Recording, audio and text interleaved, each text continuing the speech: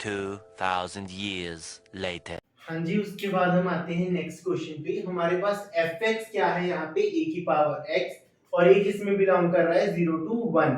X is any real number, x belongs to real number. हमारे पास ए की power क्या है, 0 to 1। तो हम ट्राई करेंगे। सबसे पहले तो एक्स को कोई भी नंबर ले लेंगे, दो x1 को।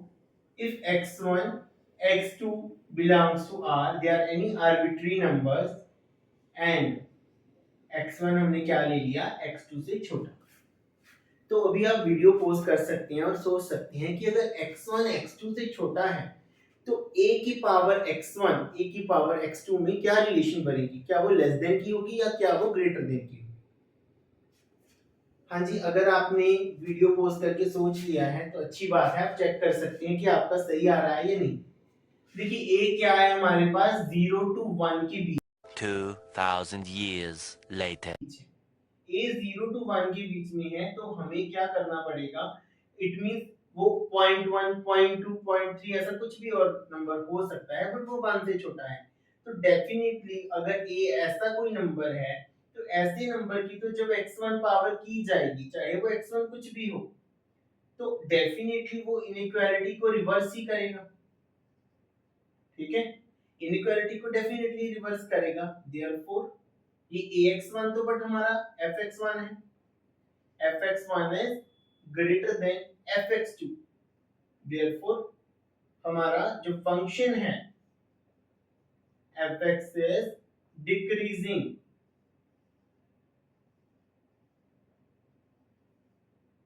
strictly decreasing function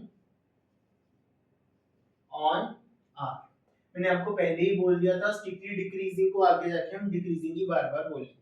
जब भी कोई स्पेशल केस होगा डेफिनेटली आपको अलग से बताया जाएगा। Okay, clear. 2,000 years later. हमारे पास क्वेश्चन है fx is equal to 1 plus x square is the function given. We have to show that the function is decreasing in 0 to infinity and increasing in minus infinity to 0। तो जैसे कि हमारे पास जो function है, एक तो ये वाली साइड दी है, एक तो ये वाली साइड दी है, तो हम फर्स्टली माइनस इन्फिनिटी टू 0 के लिए देखते हैं कि फंक्शन की क्या नेचर है। सॉल्यूशन में देखिए, let x1 x2 belongs to minus infinity to 0। हाँ जी, एक अच्छा क्वेश्चन है, आप ऑब्वियसली कई वेज से कर सकते हैं, but I am doing with the help of inequality. देखिए, if x1 is less than x2, सारे नंबर्स जो हैं इसमें वो सभी नेगेटिव नंबर्स आ रहे हैं, and x1 is less than x2। x1 क्या है, लेस देन है x2 से। देन अगर दोनों साइड को x1 से मल्टीप्लाई करेंगे, साइन चेंज हो जाएगा, रिवर्स हो जाएगा, because x1 is a negative number, और नेगेटिव नंबर से मल्टीप्लाई करने से इनइक्वालिटी क्या होती है, change. We get x1 square is greater than x1 x2। मैं कोशिश क्या कर रहा हूँ, इनइक्वालिटी की हेल्प से फंक्शन बनाने की कोशिश कर रहा हूँ, बिकॉज मुझे पता है वहां पे स्क्वायर आ रहा है।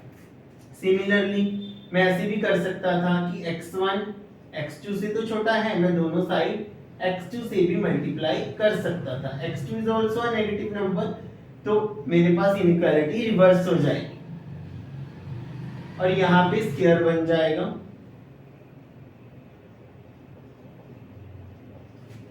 See, x1 is greater than x1 x2, but x1 x2 is greater than x2 square. So simply x1 square, therefore it implies x1 square is greater than x2 square। अब मेरे पास square बन चुका है, आप direct भी कर सकते थे कि x1 x2 है दो बोथ साइड, लेकिन स्क्वायरिंग में हमें थोड़ा ध्यान रखना पड़ता है इनइक्वालिटी में, इसलिए मैंने आपको स्टेप बाय स्टेप करवाया। उसके बाद देखिए फंक्शन बनाना है, simply add 1 on both sides and then take the reciprocal to make our function। Again for reciprocal, sign reverse।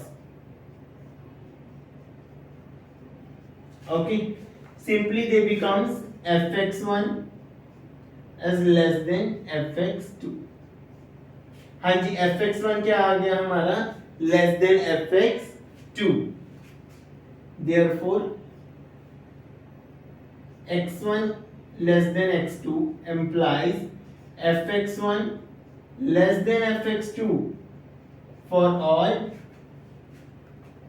x1 x2 belongs to minus infinity to 0. Okay, it means the sign is preserved here। यहाँ पे जो inequality है वो तो preserve हो रही है, यहाँ पे हम reverse तो नहीं कर रहे ना, साइन चेंज नहीं हो रहा, so therefore it is a strictly increasing function in this interval in minus infinity to 0। Got it? अब जैसे हमने ये वाले इंटरवल के लिए किया है वैसे ही आप इसके लिए कर सकते हैं, but at the same time आपको किस चीज का ध्यान रखना है कि वो सारे नंबर पॉजिटिव होंगे, तो यहाँ पे जब आप मल्टीप्लाई करोगे तो साइन रिवर्स नहीं होंगे। ठीक है, वो आप खुद कीजिएगा, ये आपका होमवर्क है। ओके, इसी के साथ हम इनइक्वालिटीज और ग्राफ के फंक्शन की हेल्प, जब ग्राफ की हेल्प से फंक्शन को इंक्रीजिंग और डिक्रीजिंग के टॉपिक को यहीं पे खत्म करते हैं। आगे हम क्या करेंगे कि कैसे डेरिवेटिव को इसमें इंट्रोड्यूस किया गया और डेरिवेटिव की हेल्प से हमने इंक्रीजिंग और डिक्रीजिंग फंक्शंस को फाइंड किया। एट द सेम टाइम आपको एक चीज और भी पता चलेगी कि यहाँ पे तो आपको इंटरवल्स दिए जा रहे हैं, बट वहां पे अगर हमें इंटरवल्स फाइंड करना हो तो वो कैसे करेंगे, वो डेरिवेटिव की हेल्प से ही हो सकता है। हाँ, कई बार तो वैसे आप इंस्पेक्शन से भी पता कर सकते हो, but in complex questions it is not always possible, so with the help of derivative we can also solve these kind of questions. I hope you enjoy this lecture.